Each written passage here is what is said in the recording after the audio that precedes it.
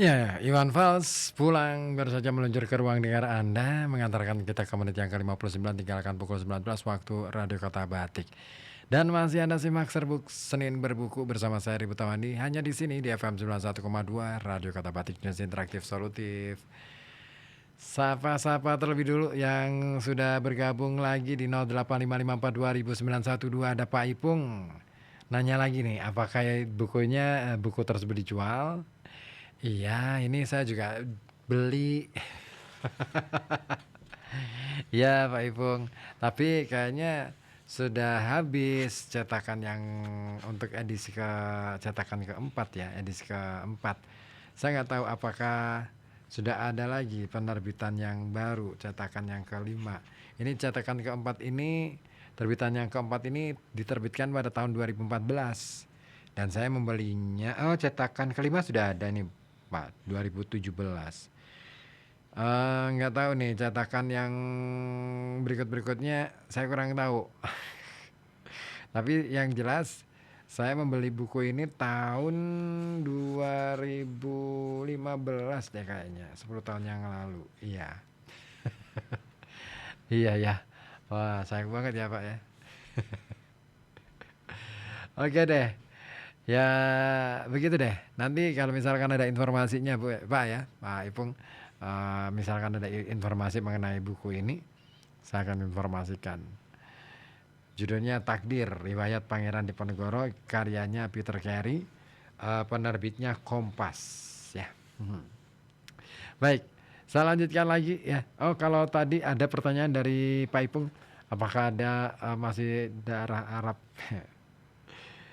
Aduh, jawabnya gimana ya? Kalau dalam buku ini disebutkan bahwa beliau ini masih punya, kalau diturut ke atas ya, silsilahnya masih nyambung sama Sunan Ampel, Ngampel Denta. Nah, silakan Anda terjemahkan sendiri. saya agak khawatir kalau sudah ngomongin soal apa ya, hal-hal yang sifatnya sangat apa ya, ngomongin soal ras gitu ya. Saya pikir bahwa manusia aja gitu. Mau dimanapun, mau dari mana asalnya, tetap aja kan pulangnya ke tanah, ya kan. Nah itu. Baik, saya lanjut ke bagian berikutnya dengan judul kecil Ratu Ageng Sang Pelindung. Secara mudah dapat dikatakan sosok perempuan yang paling berpengaruh pada Diponegoro Muda adalah nenek buyutnya, Ratu Ageng. Seringkali disebut sebagai Ratu Ageng Tegal Rejo, anak perempuan Kyai Ageng Derpoyudo, guru agama kondang yang dimakamkan di Majangjati dekat Sragen. Leluhur Ratu Ageng dapat dilacak dari sisi ibunya hingga Sultan Bima pertama Abdul Qahir I. Kakek moyangnya Kyai Ageng Datuk Sulaiman alias Kyai Sulaiman Bekel Jamus adalah anak tertua Sultan Abdul Qahir dan ulama asal Bima, Sumbawa, yang sangat terhormat. Ia telah menghabiskan banyak waktu di Jawa untuk mendalami ilmu agama di pesantren ternama dan menikahi putri seorang guru agama terkemuka dari Jawa Timur, Kiai Wiryoyudo. Maksudnya Wiroyudo ya, dan dimakamkan di Sukowati. Nah, ketika Diponegoro masih bayi merah, Ratu Ageng menjadi pelindungnya setelah pendiri Keraton Yogya meramalkan suatu masa depan yang luar biasa untuk sang bayi. Pasti Sultan Mangkubumi ini mengenali adanya kedalaman spiritual tertentu di dalam diri Diponegoro yang membedakannya dari anggota keluarga lain, yang membuat sang pangeran cocok belajar agama secara serius. Mungkin masa muda Ibu Diponegoro yang baru berumur belasan tahun ketika melahirkan mempengaruhi keputusan raja lanjut usia itu. Tetapi bagi perempuan Jawa pada masa itu, menjadi pengantin remaja dan menjadi ibu saat masih remaja merupakan hal yang biasa di dalam lingkungan keraton. Mungkin Ratu Ageng sekadar ingin memiliki teman seorang anak kecil pada saat membuka tanah baru, bagian perluasan persawahan abad ke-18 akhir di daerah inti. Praktik adopsi atau mengangkat anak, atau lebih tepatnya meminjamkan anak, adalah hal biasa dilakukan dalam masyarakat Jawa.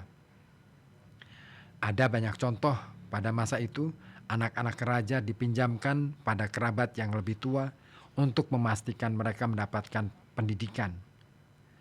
Apapun alasannya, Diponegoro menemukan dirinya sebagai anak laki-laki sebelum akil balik. Hidup dengan seorang perempuan tua luar biasa yang memiliki suatu pandangan sangat kritis atas perkembangan keraton Yogyakarta yang diperintah oleh anak tertuanya yang sewenang-wenang dan tak cakap. Diukur dengan cara apapun, Ratu Ageng adalah perempuan yang gagah perkasa.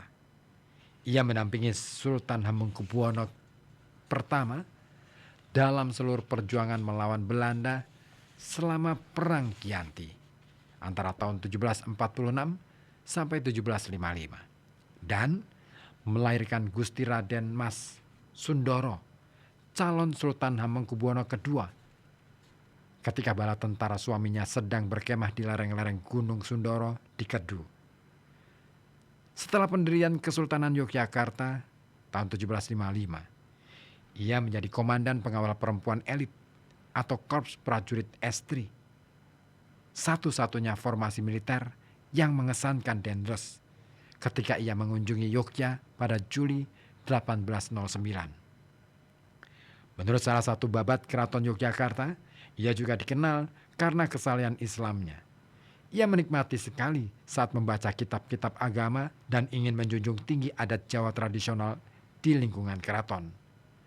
Komitmennya pada adat Jawa yang tak tergoyahkan akan menurun pada buyutnya yang kemudian digambarkan oleh veteran pejabat VOC Nicolaus Engelhardt sebagai dalam segala urusan seorang Jawa yang taat adat istiadat Jawa. Pada saat Diponegoro dibawa menemaninya hidup di Tegalrejo, Ratu Ageng sudah berusia 65 tahun. Adalah perempuan yang sangat energik dan berkemauan keras. Ia adalah seorang perempuan yang agaknya ditakuti seorang laki-laki berumur 7 tahun. Pada masa kanak-kanak saya, orang biasanya menakut-nakuti saya ketika memberi perintah. Adalah kata-kata sang pangeran dalam babat Diponegoro versi Keraton Surakarta. Rujukan serupa dapat ditemukan pada babat Diponegoro sendiri. Kalaupun Ratu Ageng terkadang bertindak bak ibu tiri yang galak, maka potret yang digambarkan Diponegoro dalam autobiografinya penuh kasih mesra. Dalam 2 bait pendek, ia melantunkan kehidupan bersahaja yang dicontohkan nenek buyutnya di komunitas petani sekitar Tegalrejo dan di antara sejumlah pengunjung santri. Dicatatkan di babat Diponegoro, menggambarkan Ratu Ageng, bagaimana ia senang bertani dan menjalankan kewajiban agama. Ia menyamarkan diri tanpa pamrih dalam jalan kasihnya pada Hyang Sukma. Tegalrejo menjadi sangat makmur bagi banyak orang yang datang berkunjung. Semua mencari makan, sementara para santri mencari pengetahuan agama. Di sana banyak ibadah dan doa. Lebih dari itu, di sana juga ada para petani. Suasana Diponegoro dibesarkan jelas berbeda daripada suasana keraton di bawah Sultan Hamengkubuwono II. Kesederhanaan pedesaan Tegalrejo mengajarinya sejak usia dini untuk berbaur dengan mudah dan bebas dengan orang-orang dari semua tingkatan dalam masyarakat Jawa. Kata ahli hukum dan penasihat pemerintah kolonial yang menjabat antara 1826 sampai 1831, Willem van Hogendorp. Sifat khas Diponegoro di mata orang Jawa yang selalu menjunjung tinggi dan berjarak dalam urusan atasan dan bawahan adalah bahwa ia mudah bergaul baik dengan orang biasa maupun dengan orang besar. Oleh karena itu, ia banyak disenangi orang di mana-mana. Dalam meniru apa yang dilakukan para ulama, Diponegoro kelak ingat, saya sering pergi ke pasar Kuto Gede, Imogiri, Pantai Selatan, Gua Langse, dan Selarong untuk membantu memanen dan menanam padi yang membantu mempopulerkan para pimpinan di antara rakyat. Metode dan cara Ratu Ageng mengelola kawasan itu dengan hati-hati dan kemauannya untuk berdagang dengan pantai utara dan tempat asalnya Bima mungkin juga mengesankan bagi Diponegoro. Di kemudian hari kita tahu dari catatan Belanda bahwa Diponegoro nyaris merupakan satu-satunya figur di antara para pangeran sezamannya yang mendapatkan penghasilan amat besar dari tanah-tanahnya tanpa melakukan pemerasan. Kekayaan pribadinya juga membantunya membiayai tahap-tahap awal Perang Jawa. Residen Belanda dari Manado, tempat pertama ia diasingkan, memberi komentar bahwa Diponegoro hati-hati dengan uangnya hingga titik irit. Dan Gubernur Makassar kemudian pada tahun 1840-an menggambarkannya sebagai hidup di garis kemiskinan. Asal-usul priayi desa para kerabat perempuan Diponegoro merupakan keuntungan nyata ketika tiba saat peran kepemimpinannya selama Perang Jawa. Hal ini tidak hanya menghubungkannya dengan para pemimpin agama yang berpengaruh, yang berbasis di pedesaan, tetapi hampir pasti alur ini memberinya gen yang kuat. Perkawinan-perkawinan antara anak keturunan dinasti yang memerintah dengan priayi desa menghasilkan turunan yang lebih bersemangat daripada aliansi keturunan yang berdekatan antara para keluarga elit bangsawan tinggi keraton. Berikutnya, masa kanak-kanak. Alasan mengapa Ratu Ageng meninggalkan keraton Yogya secara mendadak pada babak awal pemerintahan Sultan Hamengkubuwono II tidaklah jelas. Menurut Diponegoro, Ratu Ageng menjadi sedih dan prihatin oleh karena konflik dengan anak-anak dan intrik-intrik keraton yang tidak mengenakan, sebagaimana tercatat dalam babat autobiografinya, Babat Diponegoro. Kami sekarang bertutur tentang Ratu Ageng, bagaimana ia sering berselisih dengan para putranya sendiri. Oleh karena itu, ia menyingkir dengan rasa marah dan membuka lahan baru. Tanah-tanah terbengkalai dibuka dan kemudian bermukim di sana, jauh dari kota Yogyakarta. Perjalanan 1 jam jalan kaki, ketika lahan itu siap, tempat itu disebut Tegalrejo, lahan kemakmuran. Rupanya, Ratu Ageng tidak menyetujui gaya hidup anak laki-lakinya Sultan Hamengkubuwono II. Khususnya, ia kecewa oleh ketidakpatuhan anaknya pada kewajiban agama Islam. Ia jarang mengunjungi masjid besar, masjid ageng, tempat ibadah resmi para raja, meskipun ia menaruh perhatian untuk mengirim santri istana ziarah ke Mekah dan ke berbagai tempat suci di Jawa Tengah, bagian selatan dan pantai utara. Dalam autobiografinya, Diponegoro kemudian hari merenungkan iklim beragama pada masa mudanya di Yogyakarta dan sebab musabab banyak penduduknya mengabaikan ajaran Islam. Ia sangat kritis pada 3 menantu Sultan Hamengkubuwono II, yakni Raden Tumenggung Sumodiningrat, Raden Adipati Danurejo II, dan Raden Ronggo Prawiro Dirjo III. Mereka semua nantinya mati secara mengenaskan.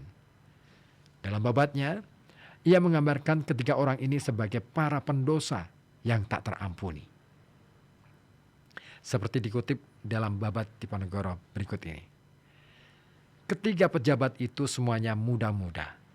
Nafsu-nafsu sang sultan lebih besar daripada nafsu bapaknya. Begitu juga nafsu-nafsu ketiga pejabat ini, yang semuanya berdosa, melawan agama. Penghulu atau kepala urusan agama dan semua orang di Yogyakarta juga, dari yang tertinggi hingga terendah, jarang mengikuti kebenaran. Ketidaksetujuan Ratu Ageng pada Raja Yogyakarta dan para pembantu dekatnya, serta juga kedalaman iman dan kebersahajaannya. Dua kualitas terakhir ini jarang ada di lingkaran dalam keraton. Terlihat dalam petuah akhir diranjang kematiannya kepada anak laki-lakinya menjelang wafat pada 17 Oktober 1803. Sultan, lorong yang harus kujalani itu sulit, dan sekarang aku merasa bahwa aku sesungguhnya tak lebih daripada orang biasa. Anakku, ingatlah dan jangan percaya bahwa meskipun sekarang engkau raja, sesudah kematianmu engkau tak lebih daripada seorang kuli, batur. Jadi, hiduplah wajar. Ada kemungkinan sikap pahit Ratu Ageng terhadap perilaku sembrono, kelonggaran agama, dan ketamakan politik keraton Yogyakarta membekas dalam benak sang pangeran muda.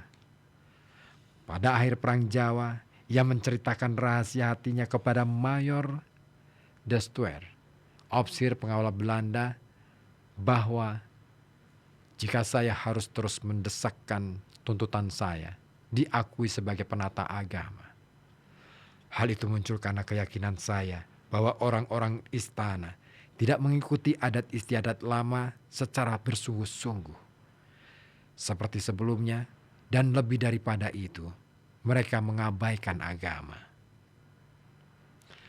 Dalam autobiografinya, ia mengatakan, kehendak Tuhan bahwa ia harus mengikuti nenek buyutnya karena memang kehendaknya lah saya taat beragama. Dalam usia pertengahan 60-an, ketika pindah ke tanah pertanian Tegalrejo pada awal tahun 1790-an, Ratu Ageng memimpin suatu kehidupan yang aktif nyaris hingga akhir hayatnya. Ini terjadi pada pukul 3 siang, tanggal 17 Oktober 1803, setelah ia membisikkan kata-kata akhir yang tajam kepada anak laki-lakinya, Sultan Hamengkubuwono II, di atas tadi.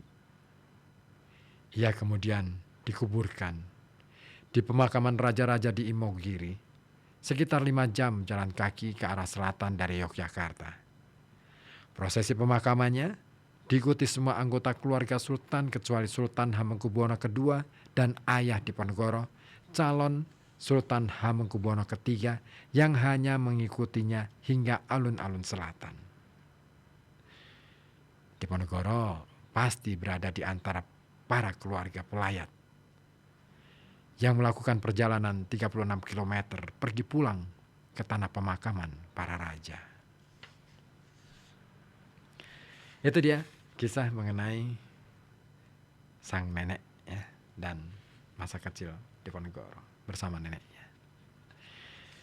Masih ada lagi yang lain untuk saya bacakan kepada Anda.